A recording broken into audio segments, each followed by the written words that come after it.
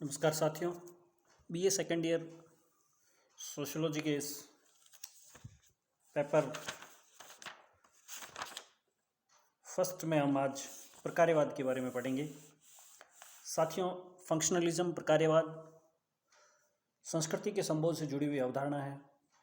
वैसे हम BA first year में भी समाजशास्त्र के अंतर्गत प्रकार्य शब्द का हम अर्थ पढ़ चुके हैं। फंक्शन का अर्थ होता है कि कोई भी जो अंग होता है वो किस प्रकार अपना कार्य कर रहा है, फंक्शन कर रहा है। जैसे आप कहते हो कि यह मशीन फंक्शन नहीं कर रही है, अर्थात वह मशीन अपना अपेक्षित कार्य नहीं कर पा रहा है, इसलिए वह फंक्शनल नहीं है। लेकिन फंक्शनल है, इसका मतलब वह अपना जो प्री डिफाइंड जॉब है उसको वो कर पा रहा है। ठीक इसी तरह समाज में भी प्रकार्यवाद की अवधारणा चलती है और समाज के जो विभिन्न तत्व हैं उनका जो उचित कार्य संपादन है वो उसकी प्रकार्यता है। प्रकार्यवादियों की मान्यता है कि संस्कृति एक संपूर्णता है। संस्कृति को जो फंक्शनलिस्ट होते हैं वो एक टोटलिटी के रूप में देखते हैं, उसकी संपूर्णता के रूप में देखते हैं, और संस्कृति के प्रत्येक अंग एक दूसरे पर आधारित और आश्रित हैं। संस्कृति के प्रत्येक तत्व का कोई न कोई प्रकार्य अवश्य है और इस प्रकार्य को पूरा करके ही वह संपूर्ण संगठन को बनाए रखने में अपना योग देता है। इस प्रकार हम देख सकते हैं कि समाज का जो सामाजिक ढांचा है, जिसको आप संगठन कह सकते हो, उसमें संस्कृति के तत्व की जो भूमिका है, जिसके आधार पर वो इसको बनाए रखा हुआ है, वही उसका प्रकार्य है। संपूर्ण सांस्कृतिक संगठन को व्यवस्थित रूप से चलाने में एक सांस्कृतिक तत्व द्वारा दिया जाने वाला योगदान ही उस तत्व का प्रकार्य है। प्रकार्यवाद का प्रयोग दुर्खिम की रचनाओं में सर्वप्रथम किया गया था, किंतु मलिनोव्स्की और रेडक्लिफ ब्राउन वर्तमान में प्रमुख प्रकारवादियों के नाम से जाने जाते हैं। इनकी मान्यता है कि प्रत्येक संस्कृति में आंतरिक संगठन को देखने को मिलता है, जिसमें सभी इकाइयाँ एक संपूर्णता में बंधी होती है। संस्कृति में यह एकता या संगठन क्यों होता है, इसका उत्तर मलिनोव्स्की और रेडक्लिफ ब्राउन ने भिन्न भिन्न प्रकार से दिया है। मलिनोव्स्की का मत है कि संस्कृति मानव को शारीरिक और मानसिक आवश्यकताओं की पूर्ति करती है। मनुष्य का अस्तित्व बनाए रखने के लिए उसकी प्राणी शास्त्रीय एवं सामाजिक आवश्यकताओं की पूर्ति आवश्यक है। मलिनोव्स्की ने मानव की 7 मूलभूत आवश्यकताएं मानी हैं। साथियों, यह जो मलिनोव्स्की द्वारा दी गई मानव की 7 मूलभूत आवश्यकताएं हैं, ये बहुत इंपॉर्टेंट है, परीक्षा के दृष्टिकोण से कई बार आ चुका है। सबसे पहली है शरीर पोषक मेटाबॉलिक, दूसरी है उत्पादक रिप्रोडक्टिव, तीसरी है शारीरिक सुख बॉडीली कंफर्ट्स, चौथी है सुरक्षा सेफ्टी, पांचवी है गति मूवमेंट, छठी है वृद्धि ग्रोथ, सातवीं है स्वास्थ्य हेल्थ। इनसे संबंधित जो आवश्यकताएं, ये मूलभूत आवश्यकताएं एक बार फिर से हम देख सकते हैं। शरीर पोषक, उत्पादक, शारीरिक सुख, सुरक्षा, गति, वृद्धि और स्वास्थ्य। इन आवश्यकताओं की पूर्ति के लिए ही मानव द्वारा संस्कृति का विकास किया गया। अर्थात मानव द्वारा संस्कृति का विकास क्यों किया गया है, तो हम इन 7 आवश्यकताओं को बता सकते हैं कि इनकी पूर्ति के लिए किया गया है, जिनके अंतर्गत शरीर पोषक, उत्पादक, शारीरिक सुख, सुरक्षा, गति, वृद्धि और स्वास्थ्य। अतः संस्कृति मानव आवश्यकताओं की पूर्ति का साधन है। संस्कृति का प्रत्येक तत्व मानव की किसी आवश्यकता की पूर्ति के लिए ही बना है और कहीं भी तत्व उसी समय तक संस्कृति में बना रहेगा जब तक वह मानव आवश्यकताओं की पूर्ति करता रहेगा। अर्थात इनकी प्रकार्यता उनकी भूमिका के सीधा संबंध है। आप संस्कृति का कोई भी तत्व प्रकार्यहीन नहीं हो सकता। आप उद्विकासवादियों के इस मत से भी सहमत नहीं है कि संस्कृतियों में अवशेष या प्रकार्यहीन तत्व पाए जाते हैं। सांस्कृतिक अवशेष की चर्चा होने का अर्थ है कि उद्विकासवादी संस्कृति की संपूर्णता में उसके अस्तित्व और उचित स्थान को ढूंढने में असमर्थ रहे। संस्कृति के सभी तत्व परस्पर आश्रित और संबंधित होते हैं और वे सब मिलकर ही एक साथ कार्य करते हैं, अतः उन्हें पृथक मानना उचित नहीं है। मलिनोव्स्की लिखते हैं कि मानव की धार्मिक, आर्थिक, सामाजिक और मानसिक आदि अनेक आवश्यकताएं होती है। इन आवश्यकताओं की पूर्ति के लिए ही मानव ने सामाजिक, धार्मिक और आर्थिक संस्थाओं का निर्माण किया है, भौतिक और अभौतिक संस्कृति को जन्म दिया है। भाषा, कला, साहित्य, प्रौद्योगिकी सभी का उद्देश्य मानव आवश्यकताओं की पूर्ति करना ही है। यदि हम गहराई से देख लें तो ज्ञात होगा कि मानव की सभी आवश्यकताएं एक दूसरे से जुड़ी हुई है, क्योंकि वे अंततः मानव से संबंधित है। संस्कृति के तत्व भी ऊपरी तौर पर भिन्न दिखाई देते हैं, किंतु आंतरिक संगठन में और उनमें एकता पाई जाती है। इस संगठन और एकता का आधार मानव की आवश्यकताएं हैं।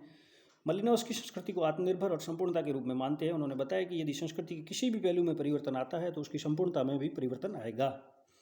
मलिनोव्स्की के सिद्धांत की सबसे बड़ी कमजोरी यह है कि वह मानव को केवल आवश्यकताओं का पुतला मात्र मानते हैं। यह मलिनोव्स्की की इस अवधारणा की आप आलोचना कह सकते हो कि वह कहते हैं कि मानव आवश्यकताओं की पूर्ति का पुतला ही है, जबकि रेडक्लिफ ब्राउन ने प्रकार्यवादी धारणा प्राणीशास्त्र से ली। आपने सामाजिक जीवन की तुलना प्राणीशास्त्रीय जीवन से की। एक प्राणी की संरचना कई कोशिकाओं, जिनको सेल्स कहते हैं, वह अंगों से मिलकर बनती है। इन अंगों द्वारा शरीर को जीवित रखने के लिए दिया जाने वाला योगदान ही इनका प्रकार्य कहलाता है। यही बात हम समाज के लिए भी कह सकते हैं। समाज की संरचना भी व्यक्तियों के पदों व कार्यों से बनी हुई है। संपूर्ण सामाजिक संरचना की निरंतरता बनाए रखने के लिए विभिन्न सामाजिक इकाइयों द्वारा दिए जाने वाला योगदान ही सामाजिक प्रकार्य है।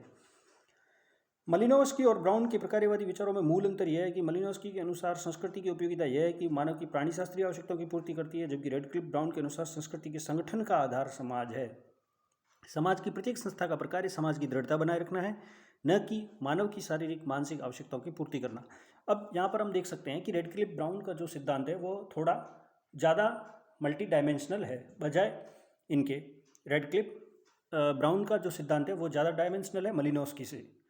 ऊपरी तौर पर देखते हैं तो ऐसा लगता है कि मलिनोव्स्की और रेडक्लिफ ब्राउन के विचारों में विरोधाभास है, किंतु गहराई से देखें तो ज्ञात होता है दोनों एक ही है। बिना व्यक्ति के समाज और बिना समाज के व्यक्ति का अस्तित्व संभव नहीं है। नेक्स्ट है स्वरूपणात्मक दृष्टिकोण, configurational approach. Ralph Linton, Ruth Benedict, Robert Redfield आदि ने भी संस्कृति का कॉन्फिगरेशनल अप्रोच बताया है। रूथ बेनेडिक्ट ने सांस्कृतिक प्रतिमानों की अवधारणा को स्पष्ट करने के योगदान दौरान ही संस्कृति स्वरूपण की चर्चा की।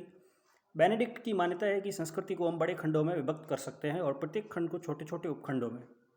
ये छोटे उपखंड एक विशेष ढंग से मिलकर ही बड़े स्वरूपण कहते हैं।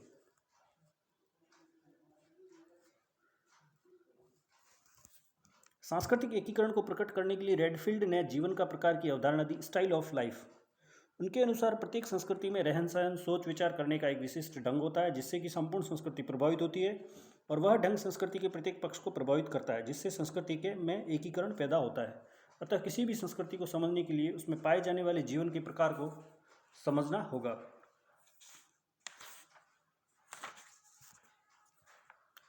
लयात्मक दृष्टिकोण या सांस्कृतिक लय, थीमेटिक अप्रोच और कल्चरल थीम।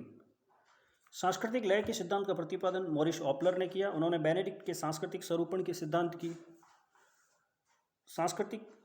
सिद्धांत की आलोचना की और कहा कि सांस्कृतिक संगठन के दो ही आधार है, अपोलोनियन और डायनोनिशियन नहीं होते वरन अनेक होते हैं। बेनेडिक्ट द्वारा प्रतिपादित स्वरूपण के सिद्धांत को आप संकुचित मानते हैं। वे अपने लयात्मक सिद्धांत का प्रारंभ बेनेडिक्ट के सिद्धांत की आलोचना करते हैं। प्रत्येक संस्कृति में मनुष्य के व्यवहारों में भिन्नता होती है, क्योंकि हर संस्कृति की अपनी विशेषता होती है और दूसरे से वह भिन्न होती है। इस सांस्कृतिक भिन्नता का कारण उनमें पाए जाने वाले भिन्न भिन्न लय है। लय एक प्रकार की प्रेरणाएं होती है और जो भौतिक और अभौतिक दोनों प्रकार की संस्कृतियों को विशिष्ट रूप से प्रदान करती है। लय की परिभाषा करते हुए ओपलर लिखते हैं कि लय घोषित किया हुआ या कहा हुआ एक स्वयंसिद्ध सिद्धांत या स्थिति है, जो कि प्राय व्यवहार को नियंत्रित करता है।